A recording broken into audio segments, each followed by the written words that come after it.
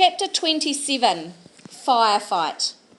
Lena was on the side of the plaza farthest from the river when Tick called out his demands and Doone yelled, "At least listen!"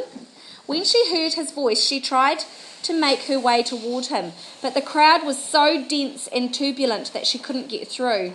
Tick's warriors were everywhere. The sun flashed off their steel rods and piped and jagged pieces of glass. She was worming her way among the dozens of shoving and shouting people when Ben fired the weapon. She heard the sound, a chain of loud pops, and people in front of her screamed and scrambled backward. Lena ducked and put her hands over her head. She stayed that way as people pressed past her and stumbled over her, and in a moment the popping noise stopped. Then there was a bang and more shouts, and when she dared to stand up and look, she saw that the pine tree was on fire. The flames were small at first, creeping along just one branch with sudden flashes as dried bunches of pine needles caught fire. But in seconds, the flames grew bigger. They leapt and crackled. Black smoke rose in a pillar into the air. The crowd pressed backward, crashing against each other. The people of Ember, for whom fire was a rare and terrible danger, stared upward with their eyes wide and their mouths gaping. Some of them screamed. Some were too frightened to make a sound. Such a terror came over Lena that she couldn't move, except to stagger a few feet back along with the crowd. Her eyes were fixed on the flames, the terrible orange hands reaching up to the branches of the tree. A voice in her mind screamed, "Run, run!" But she couldn't run. Her legs wouldn't work. It was all they could do just to hold her up. A voice cried out, "Someone's in the tree!" And Lena looked up through the smoke just long enough to see the upper branches thrashing and get a glimpse of something white moving among them. Then she was surrounded again by struggling people. She tripped over a piece of pipe rolling on the pavement and fell to her knees. When she managed to get to her feet again, the mass of people had pressed back behind her and she found herself near the front of the crowd. On the steps of the town hall, she saw Ben lying motionless, sprawled on his back. Wilma bent over him, and Mary Waters shouted, "Fire truck! Fire truck!" The fire had leapt from the pine tree to the town hall tower. Flames licked up its wall. That was when Lena heard a wild laugh from behind her. "Let it burn!" someone cried. "Let it burn! It's their punishment. They deserve it." She recognised the voice. It was Tick. Others took up the cry. "Let it burn!" they shouted, and a chorus of voices raised a harsh, triumphant cheer. The people of Ember were packed together at the far south end of the plaza now, as far from the town hall and the fire as they could get. A few ran into the streets to get away, but most of them waited to see what was going to happen. They stayed at a safe distance, hovering between terror and fascination, and watched as the flames streaked up the sides of the tower. The people of Sparks were running in all directions. Shopkeepers grabbed buckets and ran to the river and filled them with water, but most of the fire was high above their heads, impossible to reach. They flung the water into the air and then stood with empty buckets watching the tower burn. The 2 fire trucks arrived, their drivers standing up and lashing the oxen to make them trot. Water sloshed from the big barrels on the trucks' beds. As soon as the trucks stopped, people jumped out onto them, grabbed buckets and began dipping buckets in the water.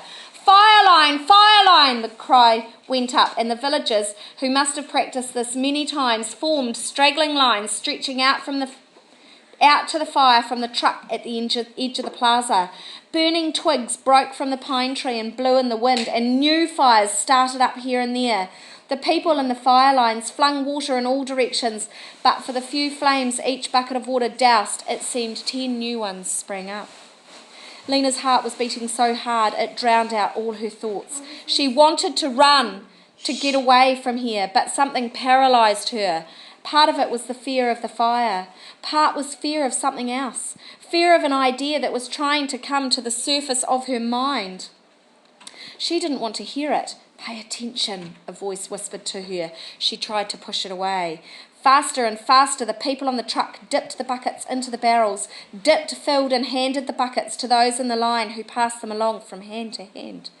The last person in line, the one standing nearest the flames, flung the water, which hissed and steamed, and put out a few flames. Tick and his warriors, along with the rest of the people of Ember, watched all of this as if it was a frightening but fascinating show. Tick and a few others cheered, but most people just gazed, goggle-eyed, as flames blackened the town hall. When the wind blew sparks toward them, they shrieked and pressed back further.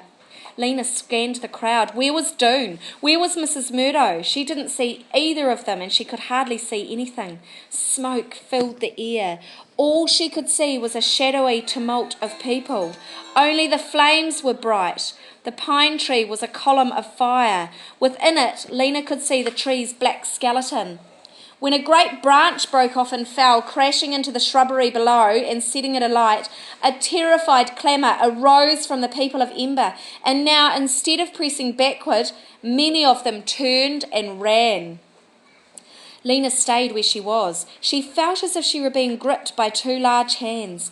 One pulled her backward, away from the fire, back toward the streets of the town through which she could run to safety. The other pulled her forward into danger, urging her to do what she suddenly knew was right. It was the good thing. It was what she'd been waiting for. But she didn't want to do it. I can't, she thought. I don't want to. I'm too afraid. Someone else will do it. Not me. Not me. I can't. At that moment, the tower collapsed. Its walls crumpled, the roof caved in, and flames shot up from the hole. The flagpole came hurtling down like a spear. The blackened walls leaned and toppled. And then the fire was everywhere. Flaming branches and tufts of nettles, blown by the wind, landed in the dry grass at the end of the plaza, and in the trees by the river and on thatched roofs of the market stalls. "There!" cried the people in the bucket line, pointing. "There and over there!"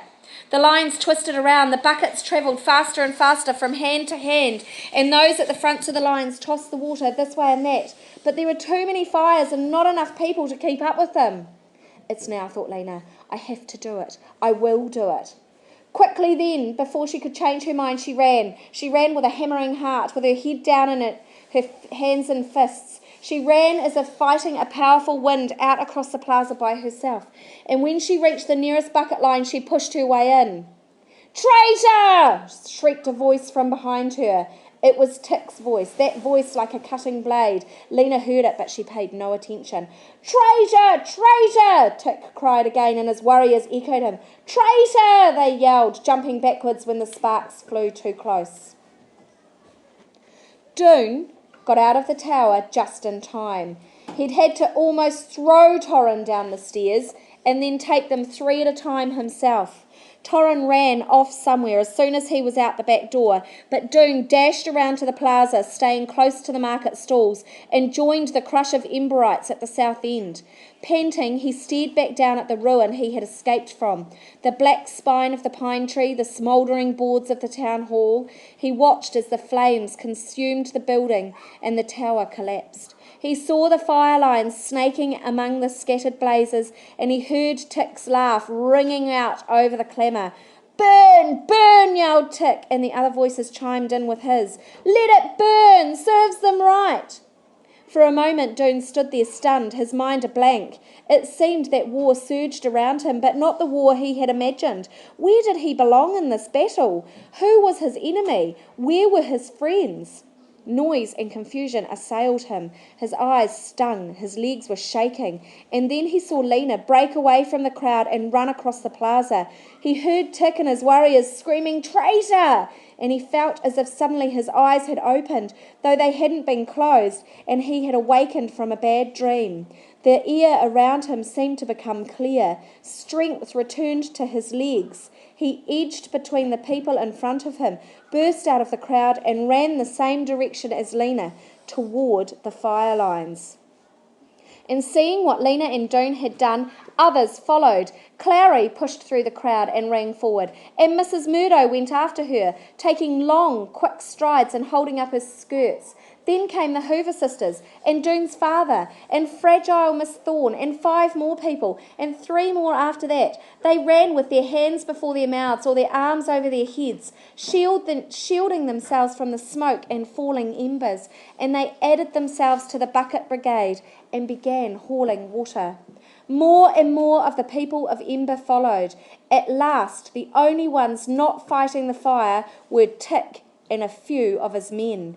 Wearing half-stubborn, half-frightened expressions, they clustered at the far end of the plaza, shouting "Traitors!" now and then, with their useless weapons dangling from their hands.